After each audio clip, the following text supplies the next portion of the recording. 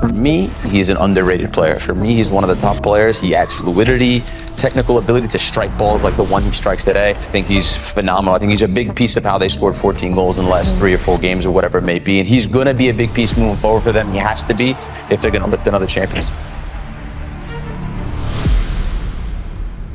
Rodrygo doesn't hit double-digit goals. He's always second fiddle to Vini and Bellingham. Nico's the one the crowd loses its mind for. But here's the shock. 2 Champions League comebacks, clutch late goals, and elite clubs still hunting him. While fans chase highlight reels, he quietly decides finals. And that's why the clubs who matter still circle him. You've heard the lines. Nico's more exciting. Rodrygo is the other Brazilian. He's inconsistent, just a super sub. But what if all of that is wrong? Rodrygo may not blow past defenders in 25-second clips. He rarely posts viral solo runs. He doesn't always light up the stat sheets in early La Liga rounds. But when it matters most, the knockout, the semi, the final, he's there. Because football isn't won by highlights. It's won by positioning, composure, decisions under pressure. And that's the real reason everyone is wrong about Rodrygo. When fans hype Nico Williams, you usually hear stuff like, every time he gets the ball, you hold your breath. By contrast, the Rodrygo narrative is more critical. He doesn't score enough. He disappears. He's not flashy. That's the hype versus what people feel. Let's dig into what's real. Nico is pure speed and dribbling. Highlights, risky, exciting stuff. Always going forward. Always making defenders look bad. While Rodrygo is more steady, dependable, sometimes invisible. He's criticized for not producing goals or chances consistently in La Liga, especially in the slow periods. If that's not unfair enough, fans compare how Nico looks better in one-on-ones. Rodrygo is less cool in open gameplay, especially when the opponent sits deep. Here's the stuff people often ignore. In La Liga 2024-25, Rodrygo appeared in 30 matches, scoring 6 goals and 5 assists. Now that's not huge, but it's solid, especially considering positional shifts and rotational playing time. Over the last 4 seasons, 2022-2023 through 2025-26, Rodrygo has tallied 25 goals plus 18 assists in about 104 La Liga appearances. His scoring numbers dip when he starts out of position, on the right wing or as a support, rather than playing on his natural left. Yet even then, he steps up in big games when the pressure is high. Top clubs and big coaches still value him. Why? Because the truth is, Rodrygo offers more than raw flash. Intelligent movement, decision-making under pressure, the ability to adapt to tactics, and contributions in big moments. We'll get to that juicy part later in this video. Okay, so what we really need to understand is this. There's visibility bias. Nico's style is more in your face, with speed, dribbles, and audacious runs. Those show up on viral clips. Meanwhile, Rodrygo's actions are more of rotations, pressing triggers, decoy runs, clutch finishes that don't always excite you. Then, there's position bias. Rodrygo often plays out wide, but not always on his favored left side.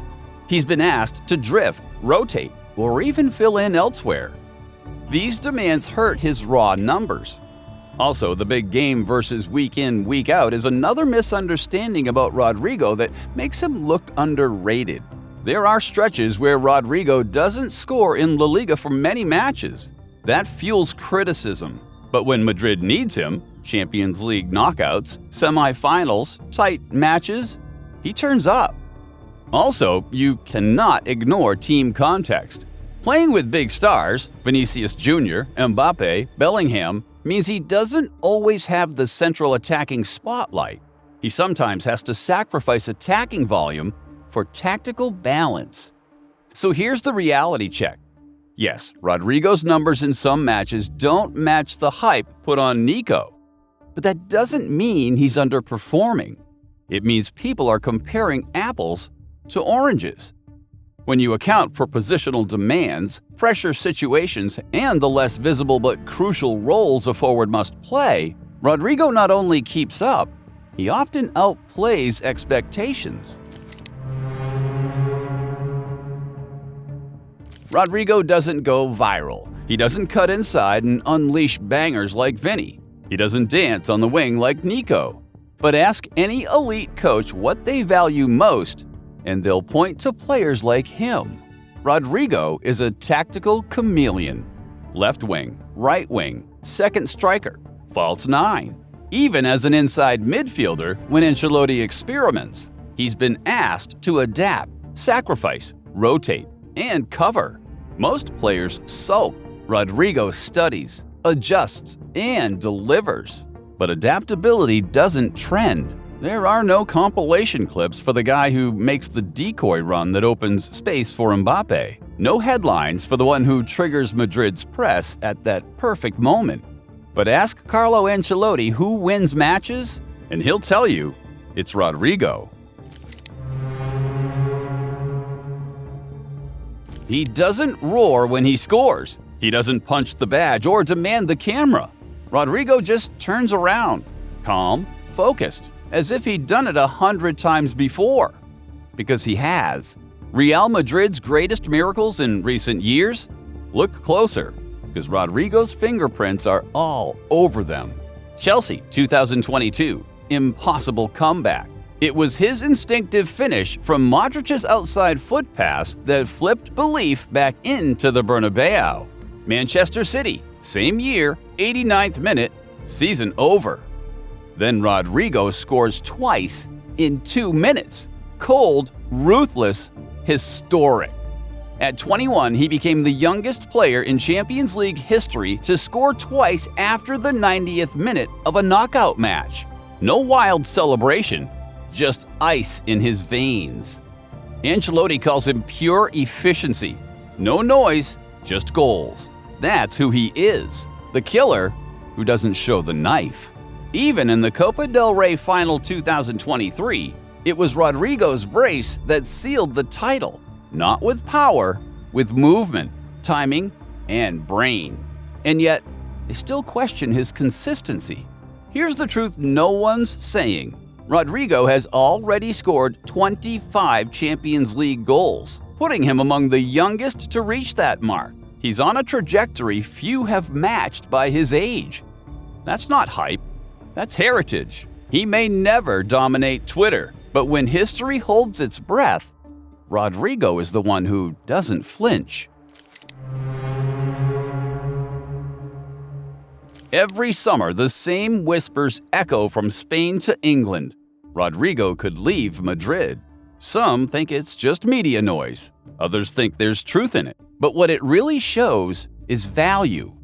In mid-2024, outlets like Marca, The Athletic, and ESPN Brazil all reported that Manchester City, Liverpool, and PSG had shown genuine interest in Rodrygo, viewing him as a tactical assist who can play anywhere across the front line.